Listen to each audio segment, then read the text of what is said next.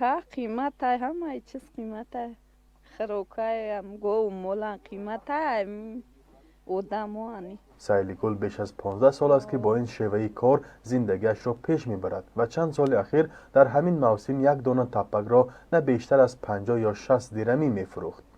امسال باشد با بالا رفتن نرخ محصولات نیاز اولیه روزگار تصمیم دارد تپک را با نرخ گرانتر فروشد، اما بیم از آن دارد که خریدار نمییابد. آدما می آوردن خوبچه 200 تایی همتری می گرفتن، 100 یا 150 همتری می گرفتن، ولی خیلی امسال نیومد که بالاروی نرخ تپک نفرهایی را که چاروا ندارند و به خریدن انگشت و هیزم نیز زورشان نمیرسد نگران کرده است. رابعه ماه رسول و ساکن دهه پختکار ناحیه واسه حالا تا رسیدن زمستان با ستیل از پی گاوها پارو میچیند و در حولیش ذخیره میکند، ولی به گفته او ذخیره‌اش اندک است و ترس از آن دارد که 6 فرزند و همسرش در زمستان نمیتوانند حجرهشان را گرم نگه دارند. پورنا 50 درمی میخردیم ایسا با 1 سومونی 1.5 سومونی شدگه نداریم، مبلغ بودجه نداریم که مقصد که خریداری کنیم. رو آوردن ساکنان برای نوع سوزشواری در حال است که حالا ارزش 1 کیلو انگشت استحصال خودی تا 80 درم و انگشت قرقیزی تا 2 سامانی است. ساکنان میگویند این نرخ نسبت به 1 سال پیش از 50 تا 70 درم بالا رفته است. عین زمان نرخ نیروی برق برای اهالی قریب 23 درم است که نسبت سال گذشته 15% گران شده است. آن این مردمی که لااقل یک سوزشواری برای پیچکشون نمی‌یابند که خونه‌شون گرگن، اینا میلاد میگن بی سواد کی جورا خوندی کالا و سالا کداگی گالسوق زدگی میری در امنیت و وزارت کار میکنی. بشناس میلاد چی است، بشناس فرق بکن، درک بکن که دادی میلاد. ما از این داد گپ میزنم، فهمیدی؟ از این غم ملت گپ میزنم، غم مردم تاجیکستان گپ میزنم. منظور از میلاد نه فقط شاید تاجیکستان که تاجیکایی که در تاجیکستان هستن، نه، از مردم تاجیکستان ما حرف میزنم که ای مردم شما کنار بگذارین سود عالی چی گفت، پروکرور چی گفت، وزارت چی گفت، او همش احمق هستن، همش نام طرفداری از رحمانوف هستن، در یگام صلاحیت اونها ندارن. امروز در عصر 21 آوردین یک نیم شوخی و نیم جدی که مردم ما رحمانوف تپک میگفت، امروز همون نرخ تپک هم مونوپول چه قیمت چه از تاجیکستان. عجیب. ببینید زندگی را ببینید. برای ما گفته بودیم که بنابر انتخاب رحمانوف بعد از دور پنجم در رهبری کشور سخت‌ترین سال حکمرانی رحمانوف بیو. این نشانه های اولین روزهایش است که رحمانوف بالای خودش قبول کرده است. باور کنین من نمیدونم شاید 1 سال پس چه حادثه هایی در داخل تاجیکستان میشه. شاید فرزند پدر را بخره، شاید فرزند از جیب پدر دزدی بکنه، شاید پدر از جیب فرزند مبلغ بدوزه، شاید صدها مشکلات های دیگه در تاجیکستان رخ بده، صدها کشتارها شوه، صدها دزدی ها شوه، گاوای مردم، ماشین های مردم، این قدر مصیبت هایی که میبیام من شاید وقت پیدا نکنم از همه او در بزنم. شاید منبر صدای مردم 24 ساعت اگر گپ زنه غم مردم شاید تمام کردن نتونه. باور کنین من او چیزی که سیاست رحمانوف که پیش گرفته است من از همون را میگم که خلاصای همون را میگم که اگر که در عصر 21 باید مردم از چراغ باباگی و از پیچکای باباگی بیرون بشوه، تجهیزات های زمانوی استفاده برای در خانه‌دانشون، پیچکه ها، پیلت های گازی، الکتریکی و دیگر تجهیزات هایی که تکنولوژی که نو جدید است باید مردم در خانه‌شون استفاده برای حالا هم از چراغ باباگی. انگشت که در داخل تاجیکستان سر تا پا پر از که هست، پر از انگشت از کمر است، نرخ هم هم گران است. نمکی که باید رایگان برای مردم داده شود لااقل در تاجیکستان که به پول از که نمکی ما آب شده رفته است، او هم مبلغ است. عادی ترین چیزهایی که ما در تاجیکستان داریم، کشوری اگراری، پیاز، کارتوشکا، سبزی، گوشت، دیگر چیزها باید به پول باشه خرید، به پول باشه باید خرید. دولت باید برای کمبیزوات مکان‌های داشته باشه که اگر کی نداره یک مقداری معین اون مردم کمبیزوات برای از اونجا بگیره در روزی مبادش.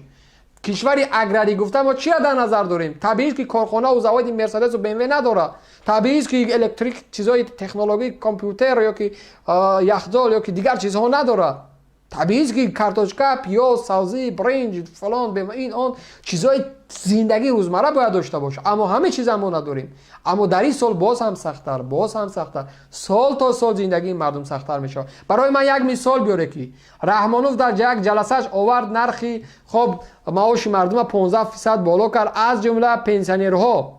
آیا یک پنسیونر، یک نفقه خور امروز همون فیصد که بالا کردن میگیره؟ برند انصافاً ایماناً برند سوال بکنین که آیا واقعاً همون عرضی که رحمانوف کرد و همون دروغی که برای مردم گفت مردم یا خرسنج نگه انا معاشو بلند شد، آیا مردم همون را میگیره؟ این دروغ بود، مکر بود، فریب بود، مردم فریب کردن، با مردم بازی کردن. یو ببینید عادی ترین چیزی از تپک یک گاو در اونجا اخلاق میکنه، میگیری میاریش در دل پیچکات میمونی، همون چیز انلکه قیمت از در بازار تاجیکستان. کشوری اگراری میگن. از پایان از اگراری چی است کشور؟ اگه ساخت دولتداری دیگه باشه برای من بگین. آخرین ساخت دولتداری از که همون دهقان زمین کار میکنه بازار میفروشه، تمام، هیچ زحمت لازم نداره، ذهنی و فکری و منطقی در آفیس دفتری کاری بشینه با کامپیوتر صدها تجاری چی نداره، یک کلان میگیره زمین میکاره، کارتوشکا برآمد بازارش برد، تمام. عادی ترین چیز ما نمیتونیم در کشورمون، نداریم تکنولوژی که هم زمین کار بکنه، نداریم، زمینا هم از فرسوده، زمینا شور، زمینا آب. عادی ترین چیز کشور ما پر از آب، از زمینای آبی ما رو همه را فروختین، همه را تجارت کردین، همه را دادین. بچه ما از این گپ میزنیم که جای این تروریست از اکستریمیست از مشکل، گجای این خاین وطن و خاین ملت است، گجاش. من از مشکلی مردمی تاجیکستان باز هم برای شما میگم، شاید 5 سال پس 3 سال پس گپی من اثبات میشوه که ای مردم، رحمانوف در این 7 سالش سختترین سال میگذرونه. برای چی وزیرای خب ظالم عوض نکرد؟ برای که یک یتیموف در کار برای ظلم، رحیموف در کار برای ظلم، اونا قاتلن، ظالمن، دستاشون پری خون است. برای اون فرقی نداره، یک فرمان رحمانوف تمام منطقه را میکشن. چند روز پیش بدخشان باز هم تیرپرانی. برای چی؟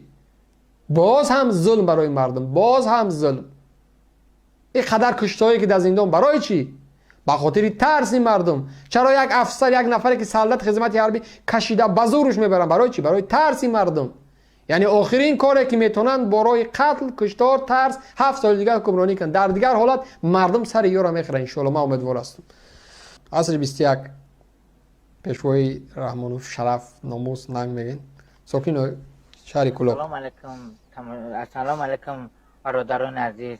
امکان داشته باشین ما گفتم فقیر، ما گفتم کم بغل، ما گفتم که معده دارم در خونم، یک کسلی دارم در خونم، خونه دار منم ببینید خیلی آخه این استاد من ببینید خیلی اگو خب من گفتم که یگون آدم دستگیر ندارم که دست ما بگیره، ما گفتم کم بغل که جورا بگیرم آخه اینجا بکنم اوشاب کنم، نمیدونم که چیکار کنم در خونه، نه بانیا دارم، نه کوخونی دارم، نه خونه و علال دارم آخه، نه خروق دارم در خونه، هیچ ندارم.